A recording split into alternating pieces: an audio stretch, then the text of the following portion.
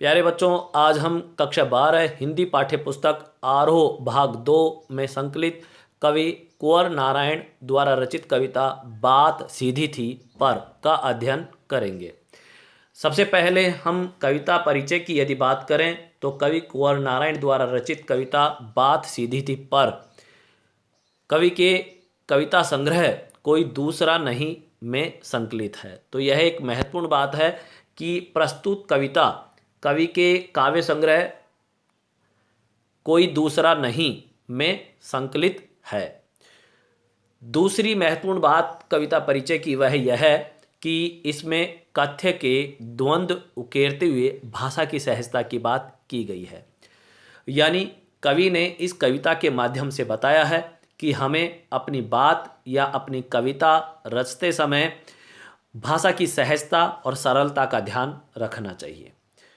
हमें उस बात के लिए चमत्कारिक भाषा का प्रयोग करके भाषा के साथ साथ उस बात को कठिन नहीं बनाना चाहिए।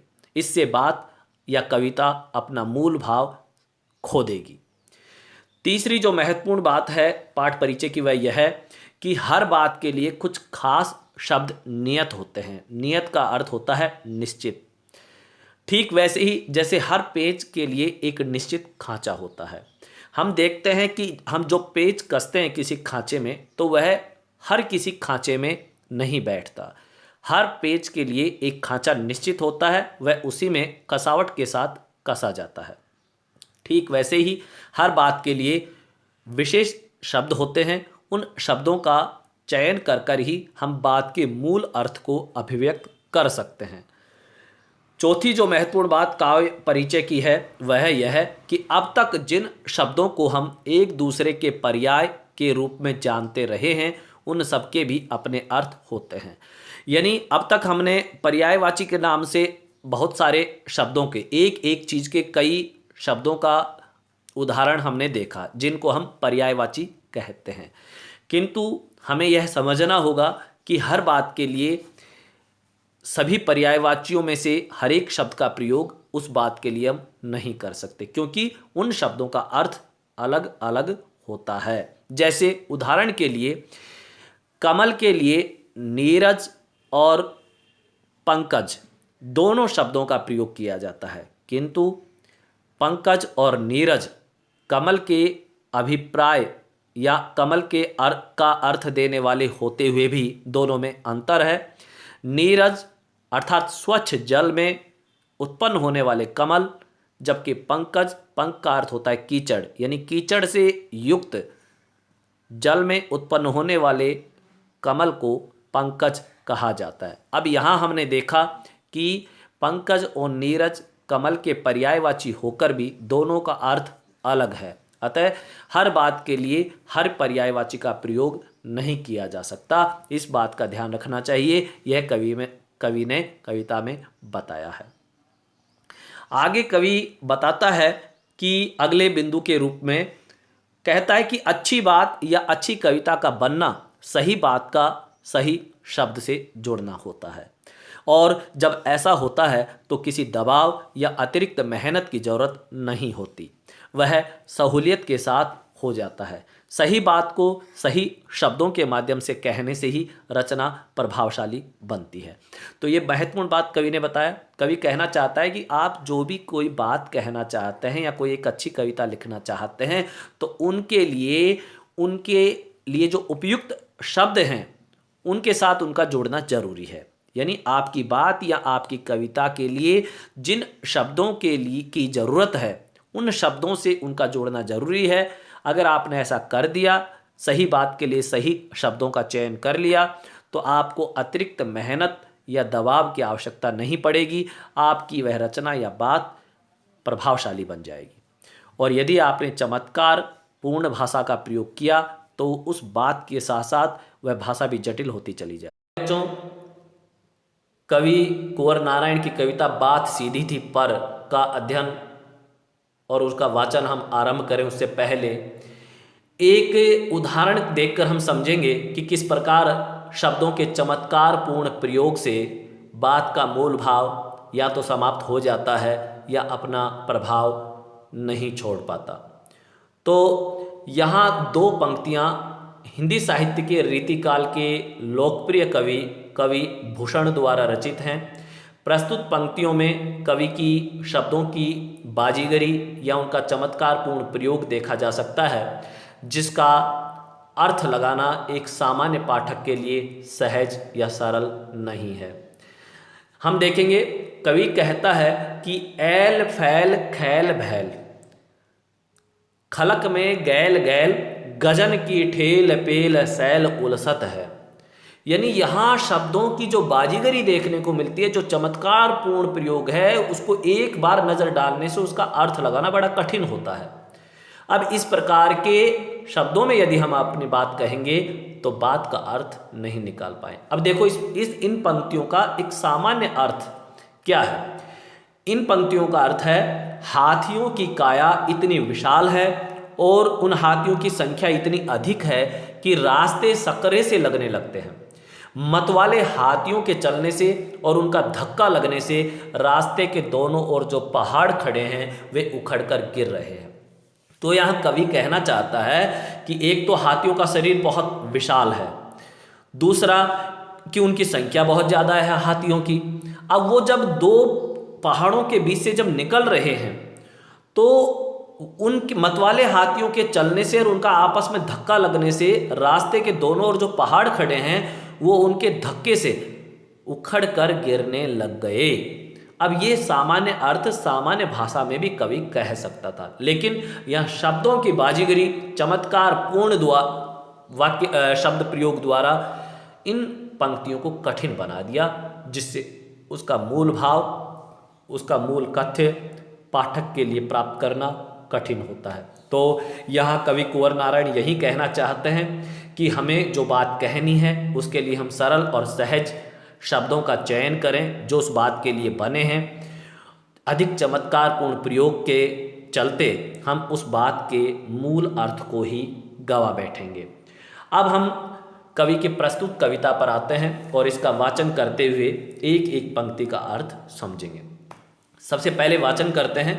कवि कहता है कि बात सीधी थी पर एक बार भाषा के चक्कर में जरा टेढ़ी फंस गई। उसे पाने की कोशिश में भाषा को उल्टा पलटा, तोड़ा मरोड़ा, घुमाया फिराया कि बात या तो बने या फिर भाषा से बाहर आए। लेकिन इससे भाषा के साथ साथ बात और भी पेचीदा होती चली गई। अब इन पंक्तियों में, काव्य पंक्तियों में सीधी जो शब्द आया उसका अर्थ है सरल या सहज, यानी बात सीधी थी। कवि कहना चाहता है कि बात तो एकदम सरल थी, सहज थी, पर एक बार भाषा के चक्कर में जरा टेढ़ी फंस गई। बात तो सरल थी किंतु एक बार भाषा के चमत्कार पूर्ण प्रयोग करने के चक्कर में जरा टेढ़ी फंस गई, अर्थात जटिल हो गई, वह कठिन हो गई।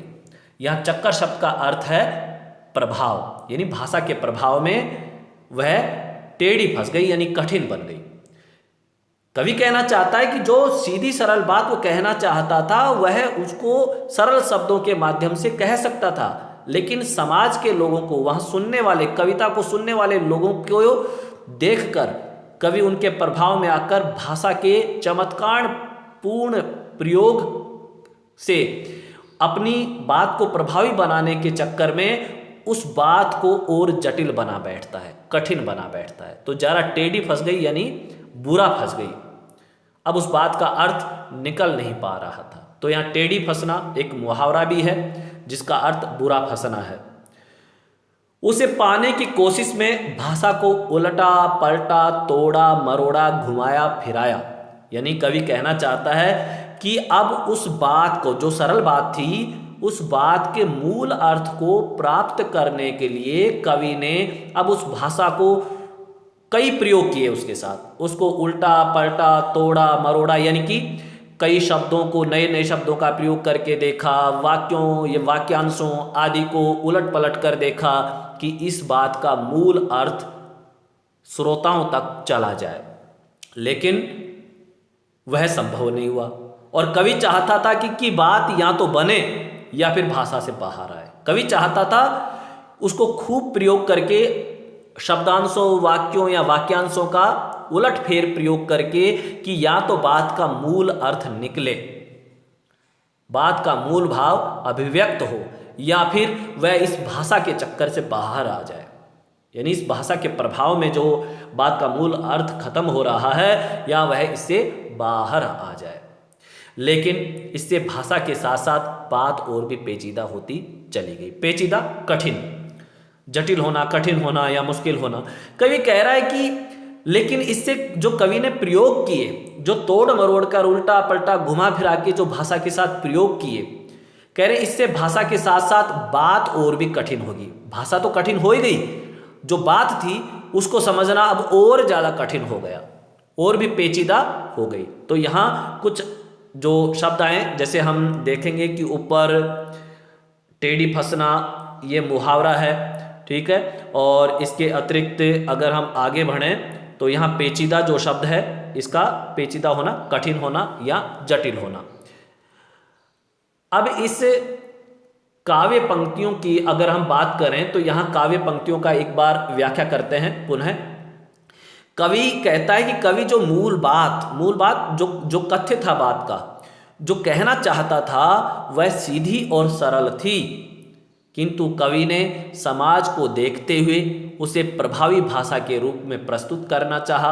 यानी समाज से प्रभावित होकर या समाज को प्रभावित करने के लिए कवि ने अपनी उस बात को प्रभावी भाषा में, चमत्कारिक भाषा में प्रयोग करना चाहा।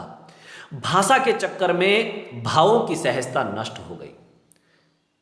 कवि कहता है कि उसने मूल बात के अर्थ को पाने के लिए भाषा को उल्टा पलटा, तोड़ा मरोड़ा, घुमाया फिराया, किंतु उसके सभी प्रयास निसफल हो गए। शब्दों, वाक्यांशों, वाक्यों आदि को बदल कर देखा, किंतु बात नहीं बनी।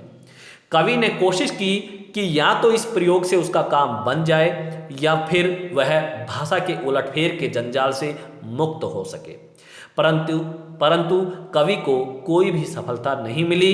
इससे उसके भाषा के साथ साथ बात और भी जटिल होती चली गई। तो हमने देखा कि कवि की जो बात एकदम सीधी और सरल थी, वह चाहता तो सरल शब्दों के द्वारा उसको अभिव्यक्त कर सकता था, लेकिन समाज के लोगों को देखकर, वहाँ जो श्रोता या दर्शकगण उपस्थित थे उनको देखकर वह प्रभाव में आया और अपनी कविता की बात को ज़्यादा चमत्कारिक भाषा में प्रयोग करने के चक्कर में वह उसको कठिन बना बैठता है।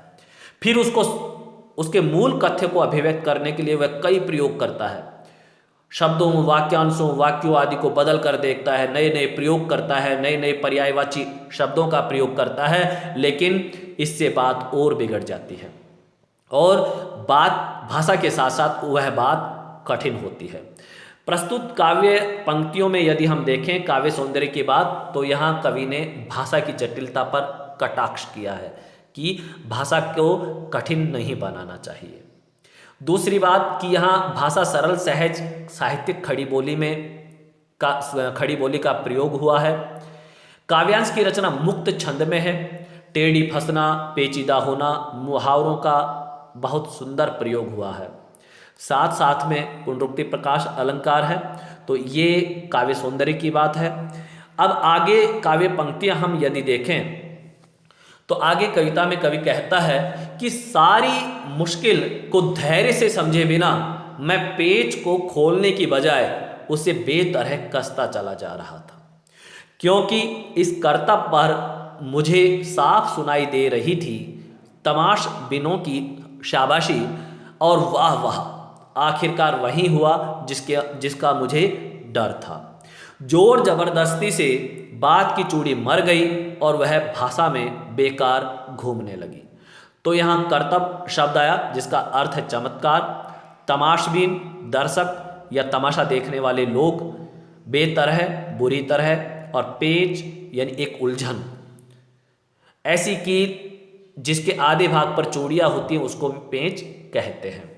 अब यहाँ हम एक एक पंक्ति का अर्थ यदि समझें तो कवि कहता है, इससे पहले कवि ने बात को कहने के लिए विभिन्न प्रयोग किए, पर्यायवाची शब्दों का प्रयोग किया, शब्दों वाक्यों को बदल कर देखा कि बात का अर्थ निकल आए, लेकिन उससे बात का अर्थ निकलने के बजाय भाषा के साथ बात भी कठिन होती चली गई थी।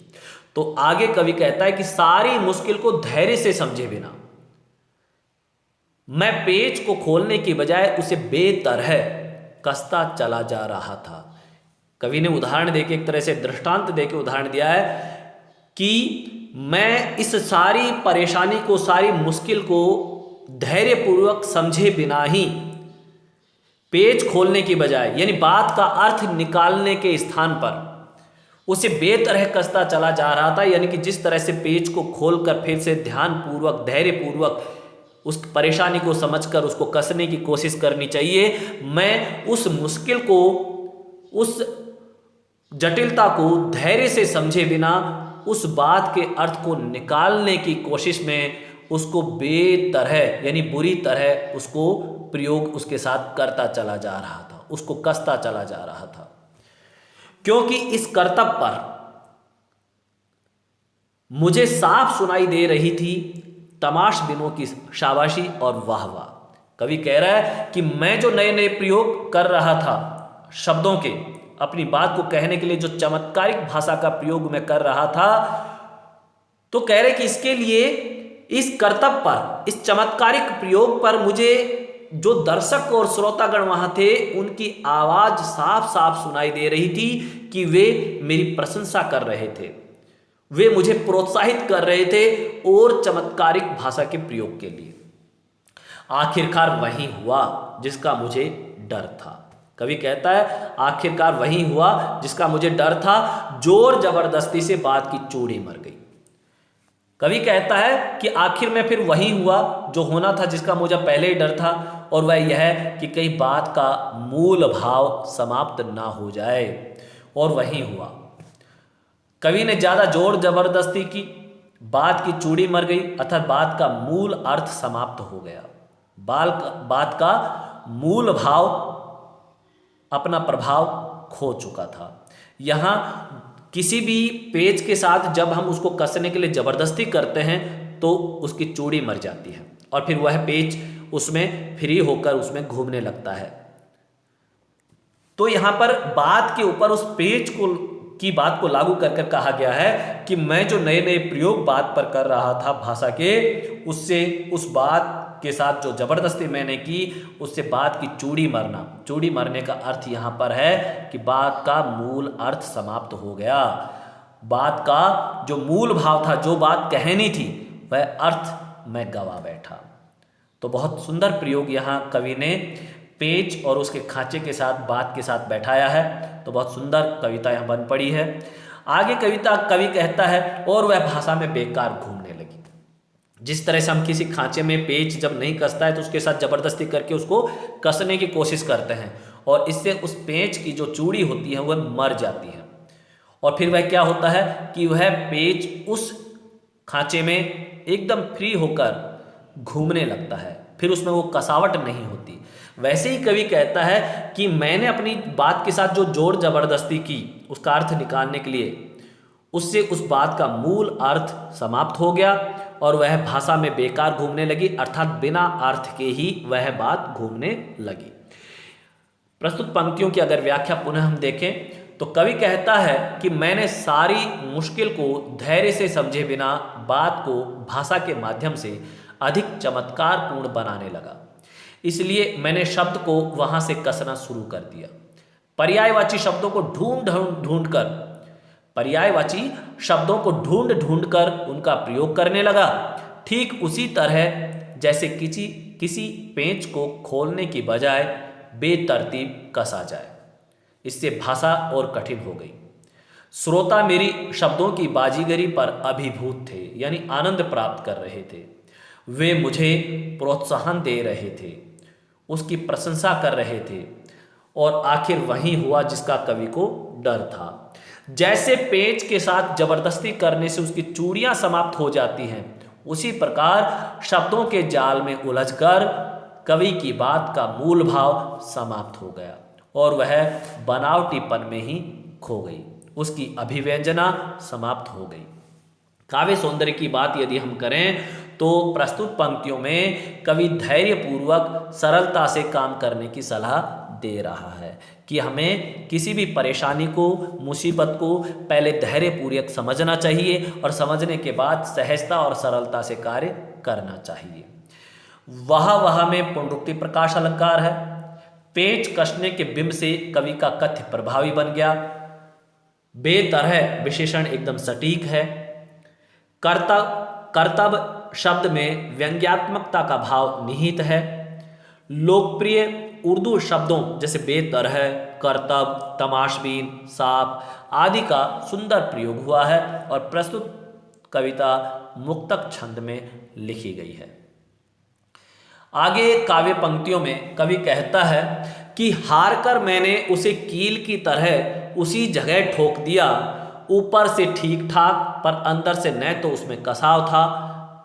बात ने जो एक शरारती बच्चे की तरह मुझसे खेल रही थी, मुझे पसीना पोंछते देखकर पूछा, क्या तुमने भाषा को सहूलियत से बरतना कभी नहीं सीखा?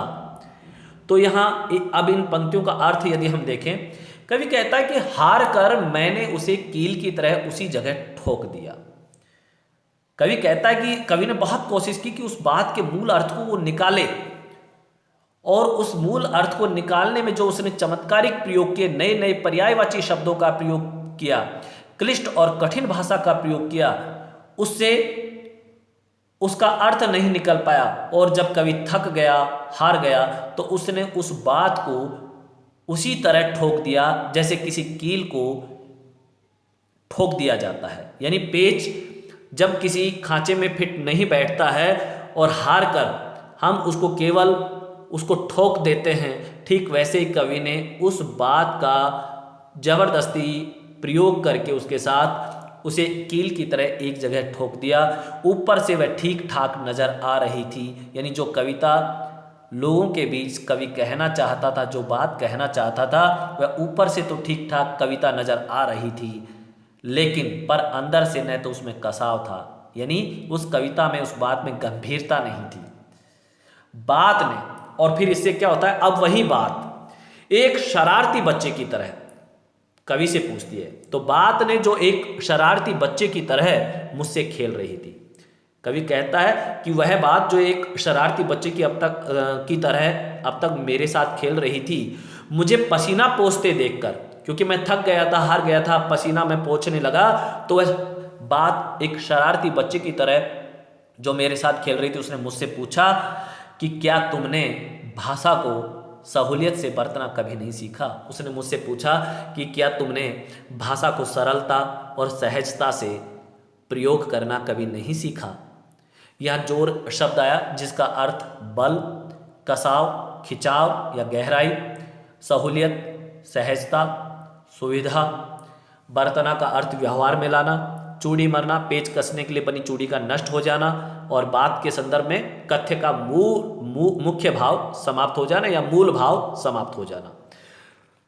अब प्रस्तुत काव्य पंक्तियों की व्याख्या अगर एक बार पुनः देखें, तो कवि कहता है कि अंत में कवि जब अपनी बात को स्पष्ट नहीं कर सका, तो उसने अपनी बात को वहीं पर छोड़ दिया।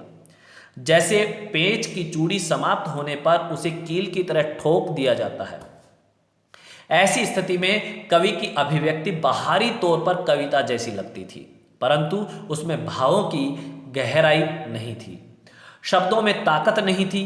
कविता प्रभावहीन हो गई। जब वह अपनी बात स्पष्ट न कर सका, तो बात ने शरारती बच्चे की समान पसीना पोंछते कवि से पूछा कि क्या तुमने कभी भाषा को सरलता, सहजता और सुविधा से प्रयोग करना नहीं सीखा? तो अब इन काव्य पंक्तियों के काव्य सौंदर्य की यदि हम बात करें, तो कवि ने इन पंक्तियों में कविता के लिए एक आडंबरपूर्ण भाषा के प्रयोग पर व्यंग्य किया है कि कुछ कवि अपनी कविता के लिए चमत्कारिक भाषा का प्रयोग करते हैं जो उचित नहीं है। बात का मानवीकरण किया है, क्योंकि बात एक शरारती बच्चे की तरह कवि से पूछती है, तो यहाँ बात का मानवीकरण किया है, तो मानवीकरण अलंकार है। कील की तरह, शरारती बच्चे की तरह में उपमा अलंकार है। जोर जबरदस्ती और पसीना पोंछते में ज और प वर्ण की आवर्ती होने से अनुप्रास अलंकार है। बात की चूड़ी में रूपक अलंकार है। कील की तरह ठोकना भाषा को जबरदस्ती जटिल या कठिन बनाने का परिचायक है। मुक्तक छंद में यह कविता लिखी गई है। काव्यांश में खड़ी बोली का प्रयोग हुआ है।